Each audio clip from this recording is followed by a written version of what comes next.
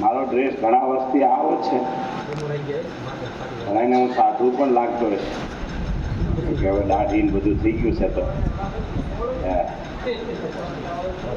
હા, પણ હું ખેડૂત છું, મોટા માંડોડાનો વતની છું. છેલ્લા 40 વર્ષથી ખેડૂતોની સેવામાં એટલે કિસાન સંઘની સેવા કરી, ગાયત્રીની કરીને ત્યારે પ્રાકૃતિક ખેતીની કરું છું. હું કોલેજ કરીને ખેતીમાં આવ્યો.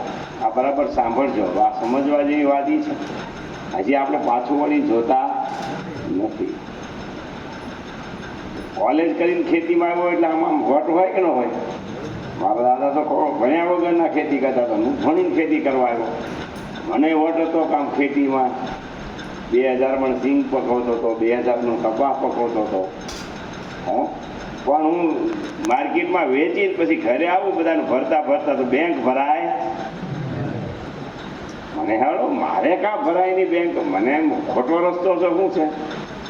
કિસાન સંઘની જવાબદારી આવી હતી પછી તો ગામડે સફાવ્યો તો બધા કે અમારે નથી ભરાતી. સમજાય છે ને આ વાત? કોઈને હજી બેંક ભરાતી નથી. નવા જૂનું થાય છે પણ ભરાતી નથી. તો હારું કેમ આમ થાય? શું થાય છે? કોણ લઈ જાય છે? ખૂબ એની લડતો કરી, ખૂબ તપાસ કરી. આપણે પહેલાં કહેતા સરકાર ભાવ દેતી નથી. આજે કહે ઘઉંના ભાવ 400 થઈ ગયા, મજૂરી 800 થઈ ગઈ. સમજાય ને? તો આવું કેવી રીતે થાય? આપણે એમ કે સરકાર દેતી નથી. પણ જ્યારે ખૂબ આંદોલનો કર્યા તો ખબર પડી કે હારું આ તો સરકારનું નથી. એમાં એક પ્રાકૃતિક ખેતી એટલે કે આપણે સુભાષ પાલેકરજીની ખેતીની વર્ગ હતો. વર્ગ હતો તો વર્ગમાં ખબર પડી કે આનું તો આનું શોષણ થઈ જાય છે. આપણું ખેતીમાંથી આપણું શોષણ થઈ જાય છે. ભાવ તો છે જ, ભાવ તો માલનો પાક એવો હોય. પર જીરું નહોતું પાક્યું તો 12000 આવી ગયું. સમજાય ને? પાક્યું તો પાછું હતું એમને થઈ ગયું. લહણના ડુંગળીના ભાવ ક્યાં આવી ગયા? હવે તો વેચવી કેમ એ જ તકલીફ છે આ વખતે. તો આવું કેવી રીતે થાય? તો એ તો સ્ટોક ઉપર હોય, પણ એમાંથી શોષણ થઈ જાય છે જમીન આપણામાંથી. એ પાલેકરજીની ખેતીની પદ્ધતિ શીખ્યા પછી ખબર પડી.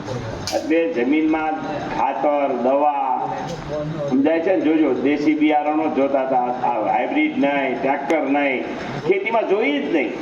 પણ આપણને ખબર નથી. આપણને એમ જ છે ખાતર જોઈ, દવા જોઈ, એવું ફિટ કરી દીધું આપણા ઉપર. હકીકત ખેતીમાં આવું કાંઈ જરૂર નથી. એવું પાલેકર ખેતી કહે છે કે 1 રૂપિયાનો ખર્ચ વગરની ખેતી થાય, અને એનું નામ પાલેકર ખેતી. એટલે અત્યારે આપણે પ્રાકૃતિક સરકાર આપણો જબરજસ્ત પ્રચાર કરે છે. આજનો જે વિષય છે એ આને અનુસંધાને છે. ભૂમિ છે એ આપણને આપે છે, ખેતી છે એ આપણને આપે છે. પહેલાં આપણા વડીલો ખેતી પૂજા કરતા હતા, એક સાહ પાપનો ગણતા હતા. સમજાય છે ને? બધા સાધુ બ્રાહ્મણોને દેતા હતા. આ બધું હતું. ગાય હતી, એની પૂજા હતી, બધું જ હતું. હવે કાંઈ છે નહીં. હવે તો કાંઈ ગમે ઝેર નાખીને કાંઈક ઘટ મળી જાય એવું કરીએ છીએ. સમજાય ને? આપણને એમ તો 100 મણ ઘઉં થઈ જાય. થાય છે કે નથી થતું? હે? થાય જાય. માંડવી 50 મણ થઈ જાય એવું થાય છે મનમાં. પણ હવે ખાતી, કારણ કે તમે એને પૂજા નથી કરતા, એને તમે માનતા નથી. ભૂમિને તમે નથી માનતા. ભૂમિ તો કે આમાં તો નાખો લઈ જ લેવાય, એ દાજ છે આપણે. તો હકીકત ખોટા રસ્તા છે. જે ભૂમિ છે એ માતા છે. શું કરવા માતા છે? તો સંશોધન અત્યારે થઈ ગયું છે. ત્યાં આપણે પહેલાં તો 108ની માળા ફેરી છે ને. 108 પારા કેમ રાખ્યા? ભૂલ ન થાય. 6 રાખ્યા હોય તો આમ ગણવામાં સારું રહે.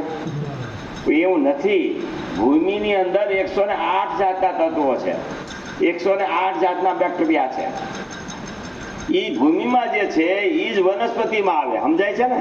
આપણે જે બધું બાજરો, ઘઉં ને વાવી એમાં આવે 108, અને એ જે ખાય એનામાં પાછા 108 આવે. સમજી લેજો બરાબર. સાયકલ છે. જમીનમાં 108 તત્વો, એ વનસ્પતિમાં આવે, ખોરાકમાં આવે. અને એ આપણે ખાઈએ તો આપણામાં કેટલા તત્વો હોય? 108 જ છે. આખી સાયકલ છે ઈશ્વરની. દરેક જગ્યાએ સાયકલ છે કે બધામાં 108 હોય. પશુ, પક્ષી, જાનવારીઓ બધામાં 108 તત્વો છે.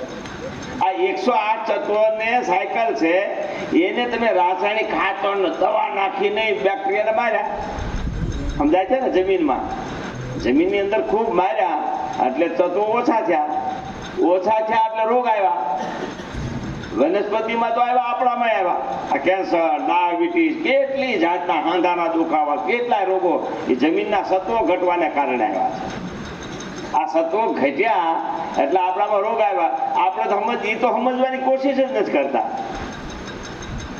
તો એ 108 તત્વને પાછા આ ભૂમિ પૂજન તમને યાદ કરાવી છે કે આ 108 તત્વને પાછા નહીં લાવો તો તમે કોઈ બચવાના નથી. તમને કદાચ એવું લાગતું હશે ખાડો આ બધું ખોટું છે. અત્યારે બજારમાં રીંગણા મળે છે ને, રેકડે આવે છે કે નથી આવતી? તમે લેજો, એક રીંગણું લઈ લેવાનું, સમજાય છે ને એમાંથી, અને ટેબલ ઉપર મૂકી રાખો. ટેબલ ઉપર મૂકી રાખશો તો 2 દી થાય ને એમાં ઘર્યું પડવા મળશે, સમજાય છે ને? અને 3-4 દી થતા તો આમ કોહમાઈ જાય. હા તમને લાગશે કે આ